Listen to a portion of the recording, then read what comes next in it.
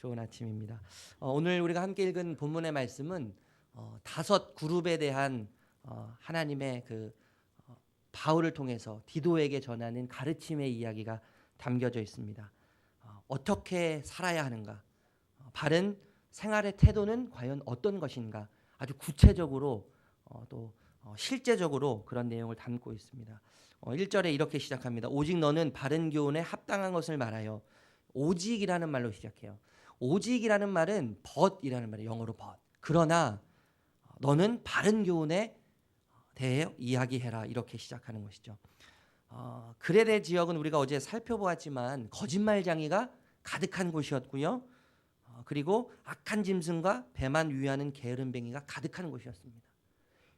그러한 악한 사람들이 가득한 곳에서 살고 있는 이 그레데 섬의 성도들이 얼마나 혼란스러웠겠습니까? 이 혼란스러운 상황에서 이렇게 살아야 한다는 것을 너희들은 그들과 함께 그들의 모습을 따라서 살지 말고 지금 디도를 통해서 바울이 이야기하는 하나님이 원하시는 바른 생활의 모습으로 살아라 라고 하는 이 간절함이 이 오직이라는 말 속에 담겨져 있는 것이죠.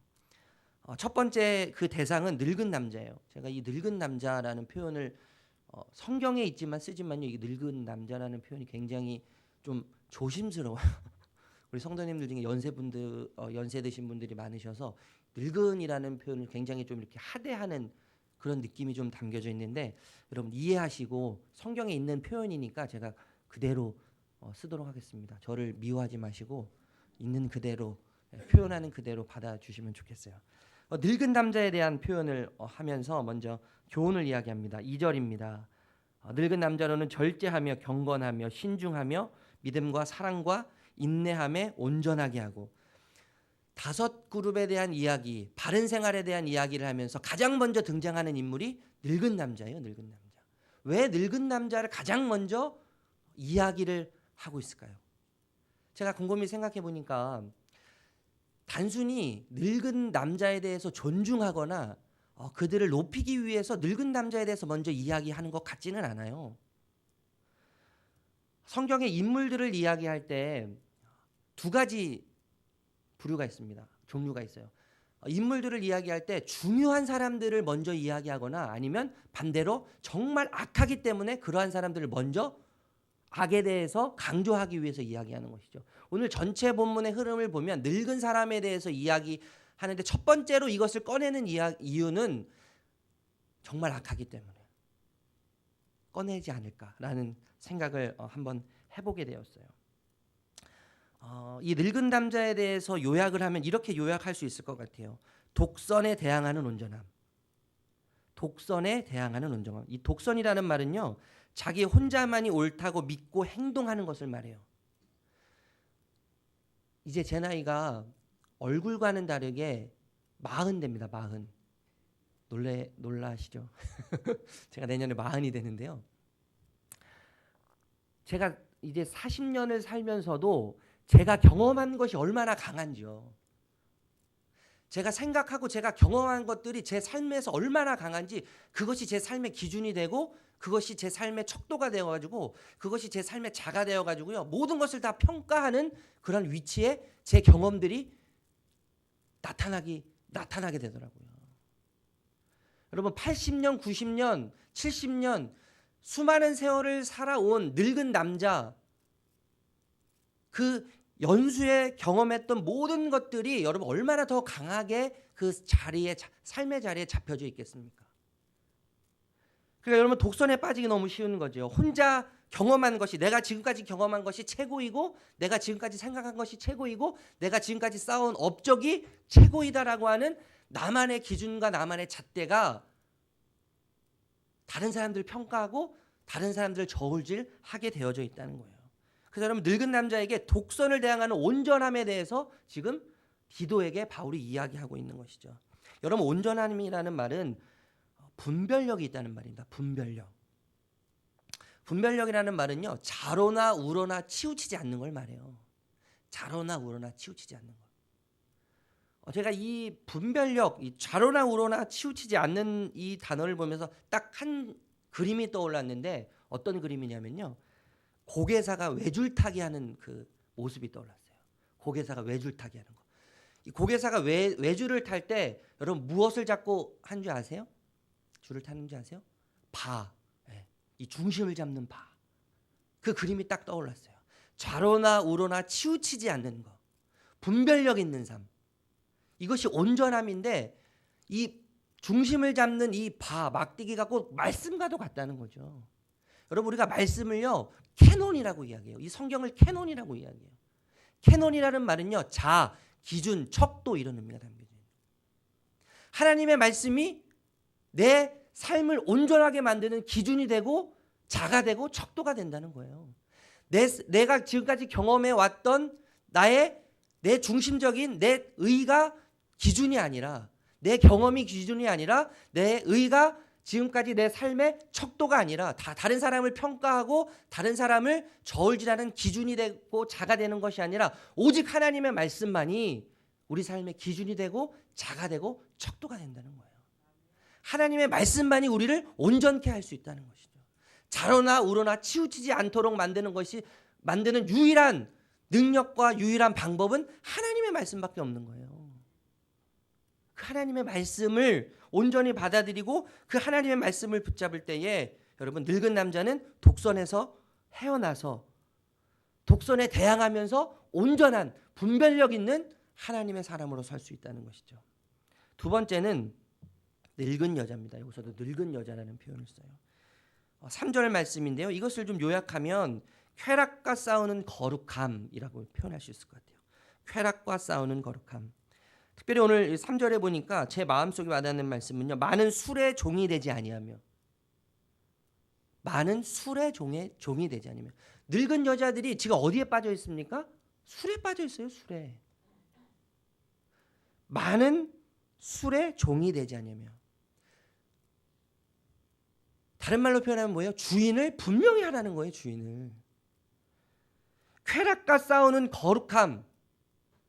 거룩한 삶을 살기 위해서는 주인을 분명히 해라. 주인을 분명히 해라. 여러분 우리의 주인은 누구입니까? 우리의 삶은 선택의 연속이지 않습니까? 선택의 연속. 선택할 때는 늘 가치 있는 것을 선택하게 되어 있어요. 내 인생에서 내 생각에 내 삶에 있어서 가장 가치 있는 것이 무엇인가? 그 가치에 따라서 선택을 하게 되어 있는 것이죠. 쾌락과 싸우는 거룩함. 이 거룩이라는 말은 여러분 구별되는 거예요. 구별되는 거. 세상 속에서 하나님을 선택함으로 말미암아서 하나님을 선택함으로 인해서 구별되어지는 것이죠. 제가 초등부를 지금 담당하고 있는데 늘 우리 아이들에게 이런 말 강조해요. 너희들 거룩하게 살아라. 굉장히 추상적이지 않습니까? 근데 여러분 거룩이라는 것은 저는 출애굽기를 보면서 이렇게 생각해요. 무한하신 하나님의 세계를 유한한 내 가슴에 모시고 살면서 내 삶으로 그 무한하신 하나님을 나타내고 보여주는 삶. 전 이게 거룩이라고 생각해요. 단순히 구별되는 삶이라고 우리가 이야기하고 그렇게 우리가 알고 있지만 여러분 어떻게 구별된 삶을 살 수 있습니까? 유한한 내가, 무능력한 내가 어떻게 거룩한 삶을 살 수 있겠습니까? 그 무한하신 하나님의 세계를 내 가슴에 모셔야 되는 거죠. 그 무한하신 하나님의 그 세계를 내 삶 가운데 초청하고 내 삶 가운데 모셔서 그 무한하신 하나님의 세계를 내 가슴에 모셔서 내 유한한 삶으로 하나님을 드러내는, 하나님을 나타내는 삶. 그럼 이게 거룩인 거예요. 이게 거룩이에요. 그럼 늙은 여자에게 쾌락과 싸우는 거룩함을 이야기하면서 주인을 분명히 하라는, 주인을 분명히 하라는. 여러분 주인을 분명히 하셨으면 좋겠어요. 그럼 늙은 남자와 늙은 여자를 처음에 이야기하는데 저는 이것을 보면서 오래 살아도 우리는 문제투성이구나 이런 생각이 들어요. 우리는 오래 살아도 문제투성이에요. 문제투성이. 문제가 없이는 살 수 없는 문제투성이.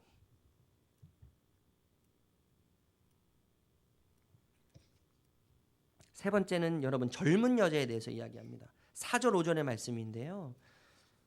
이렇게 좀 제가 요약하고 싶어요. 자기애와 맞서는 가족사랑. 자기 애와 맞서는 가족 사랑.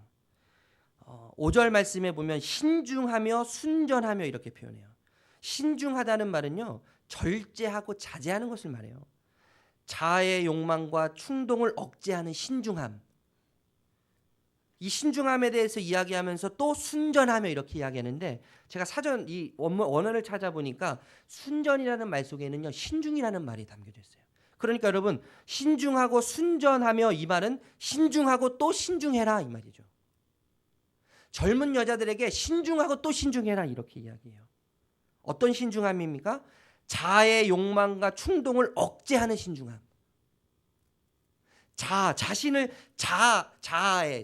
이 자신을 사랑하고 자기가 원하는 것을 추구하는 그 모든 자기 자신을 사랑하는 그 마음을 억제하고 억누르는 그 신중함에 대해서 이야기한다는 것이죠.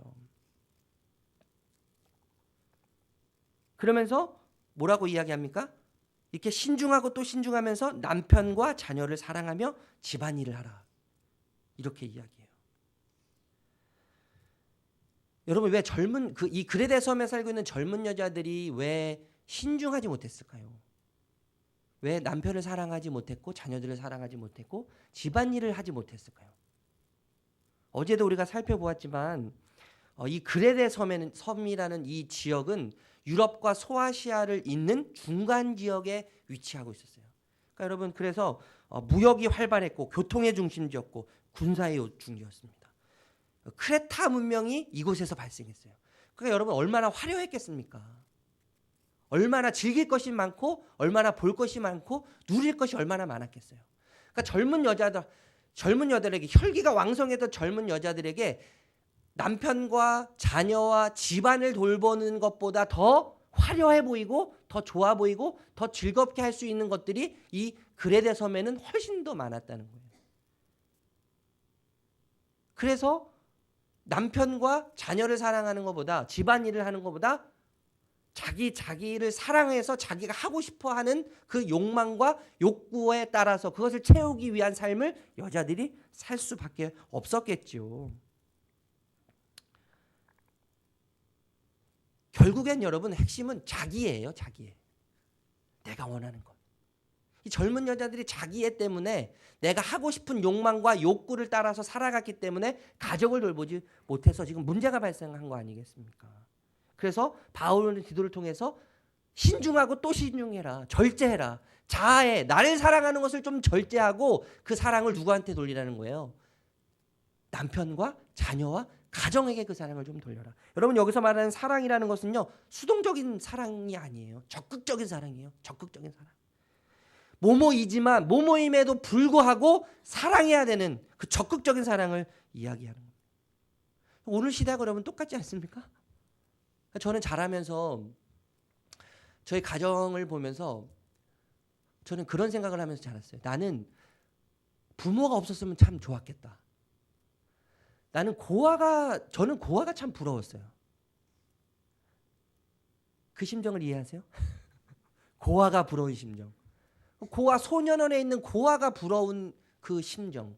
초등학교 때 부모님이 짐이었고 부모님이 있는 게 너무나 싫었어요. 저는 너무나 고통스러웠어요. 나를 놔놓고 어떻게 이렇게 나를 사랑하지 않을 수 있을까? 여러분, 이 지금 바울이 디도에게 이야기하는 이 시대나 오늘날 우리가 살고 있는 이 시대나 가족을 사랑하지 않는 이 시대, 이 공통된 이 모습은 부인할 수 없는 거 아니겠어요? 여러분, 저는요, 우리 이 가정을 지키는 건 사명이라고 생각해요. 사명. 이 마지막 시대의 사명. 우리 자녀를 사랑하고 남편을 사랑하고 우리 남자들은 아내를 사랑하고. 그 사랑은 적극적인 사랑입니다. 사랑할 수 있어서 사랑하는 게 아니라 사랑할 수 없지만 그럼에도 불구하고 사랑해야 하는 적극적인 사랑. 그 사랑을 지금 바울이 디도에게 가르치라고 이야기하고 있는 거예요. 여러분, 자기애는 너무나 중요해요. 사실 나를 사랑하고 나를 보호하는 것은 이건 본능 아닙니까? 본능이에요. 그런데 여러분, 자기애는요, 사명보다 앞설 수 없어요. 사명보다.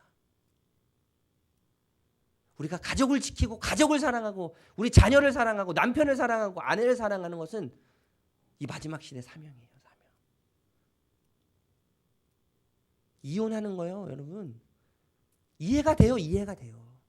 이해가 돼요. 이야기 들으면 다 합리적이에요. 합리적이에요. 때리는 남편, 바람피는 남편 이혼하는 거 여러분 당연하다고 생각들지 않으십니까? 매 맞으면서 어떻게 삽니까? 그런데 여러분 오늘 이야기하고 있지 않습니까? 적극적인 사랑. 사랑할 수 없지만 사랑할 수 없음에도 불구하고 적극적으로 사랑하는 이 마지막 시대의 사명. 가족을 지키고 남편을 사랑하고 아내를 사랑하고 자녀를 사랑하는 이 마지막 시대의 사명. 여러분 이 사명을 우리가 기억했으면 좋겠습니다. 이렇게 될 때 여러분 이는 하나님의 말씀이 비방을 받지 않게 하렵니다. 이 말은 뭡니까? 하나님의 말씀이 존중받게 된다는 거예요. 여러분 이게 거룩 아니에요? 이게 거룩이요. 이게 거룩. 이 무익한 벌레만도 못한 문제투성이인 나를 통해서 하나님의 말씀이 존중함을 받는다는 거예요. 하나님의 말씀이 높아진다는 것. 이것만큼 위대한 삶이 어디 있습니까? 이것만큼 하나님께서 기억하시는 삶이 어디 있겠어요?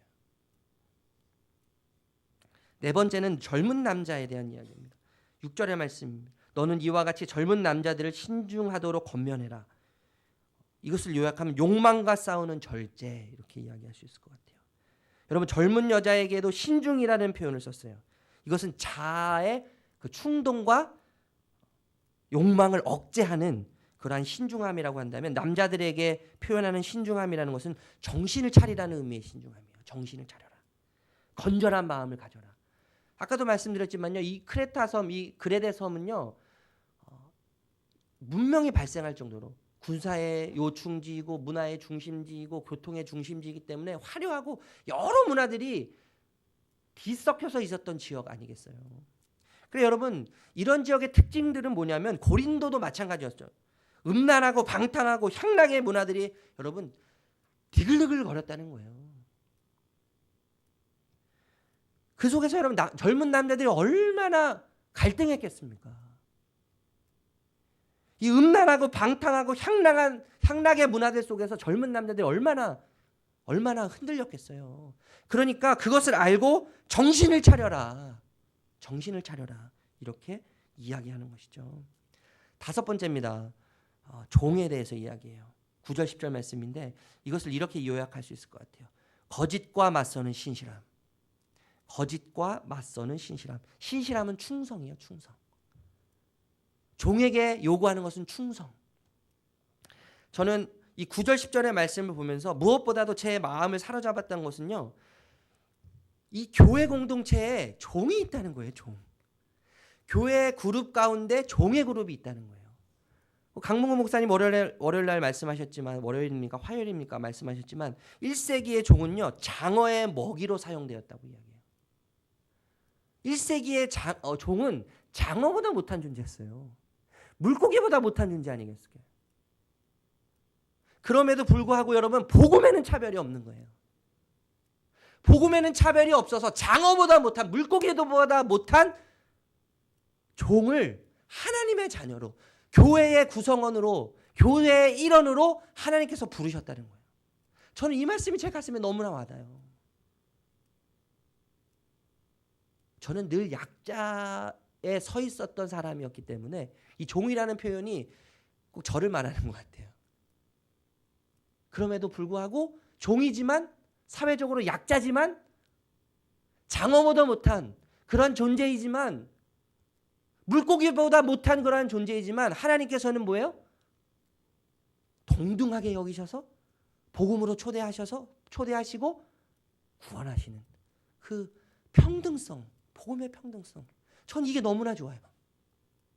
전 이게 너무나 좋아요. 만약에 이것이 없었다면, 이 평등함이 없었다면, 이 복음의 평등함이 없었다면 이 자리에 앉아 있을 사람이 여러분 얼마나 되겠습니까?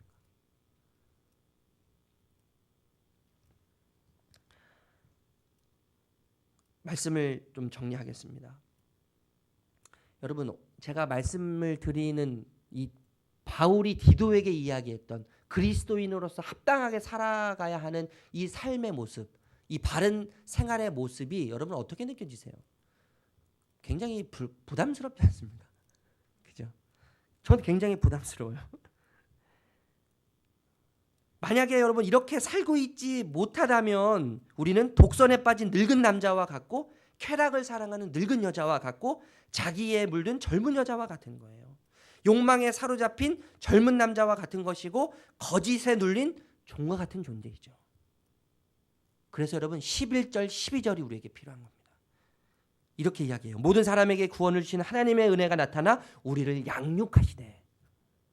우리가 이렇게 살아갈 수 있는 이유는, 근거는 우리에게 있는 게 아니죠. 그 이유와 근거는 어디에 있습니까? 오직 하나님의 은혜에 있는 거예요. 하나님의 은혜 없이는 우리는 이렇게 살아갈 수가 없는 거예요.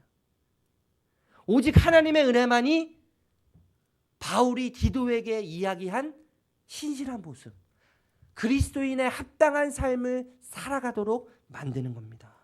그래서 여러분 우리에게 11절 12절이 꼭 필요한 거 아니겠어요? 하나님의 은혜. 강력한 하나님의 은혜가 우리를 양육할 때에 그리스도인의 합당한 삶은 쉽지는 않지만 불가능하지는 않은 줄로 믿습니다. 왜냐하면 모든 사람에게 구원을 주시는 하나님의 은혜가 있기 때문이에요. 여러분 이러한 은혜를 누리시면서 바울이 디도에게 이야기했던 그리스도인의 합당한 삶을 살아가는 그런 은혜가 저와 여러분에게 있기를 예수님의 이름으로 축복합니다. 기도하겠습니다. 하나님, 우리 모두는 독선에 빠진 늙은 남자와 같습니다. 쾌락을 사랑하는 늙은 여자와 같고 자기애에 물든 젊은 여자와 같고 욕망에 사로잡힌 젊은 남자와 같고 또 거짓에 눌린 종과 같은 존재들입니다. 우리의 힘으로는 바울이 디도에게 이야기한 그리스도인의 합당한 모습을 살아갈 수는 없지만 하나님의 은혜가 나타나 우리를 양육하실 때에 여러분 이것이 우리 눈에는 불가능하게 보이고 또 힘들게 보이고 또 어려워 보이지만 쉽지 않아 보이지만 불가능하지 않은 줄로 믿습니다. 하나님 우리에게 하나님의 은혜만이 필요하고 강력한 하나님의 은혜가 임할 때에 이러한 그리스도인의 합당한 삶을 살아가게 될 줄로 믿습니다. 오늘 하루 하나님의 은혜로 오직 하나님의 은혜로 살아가게 해주십시오. 우리의 삶의 모든 영역 가운데 우리의 발길이 닿는 모든 삶의 자리에 풍성하신 하나님의 은혜를 누리며 그것을 발견하고 하나님을 바라보며 살아가는 복된 하루 되게 하여 주시기를 원합니다. 예수님의 이름으로 기도합니다.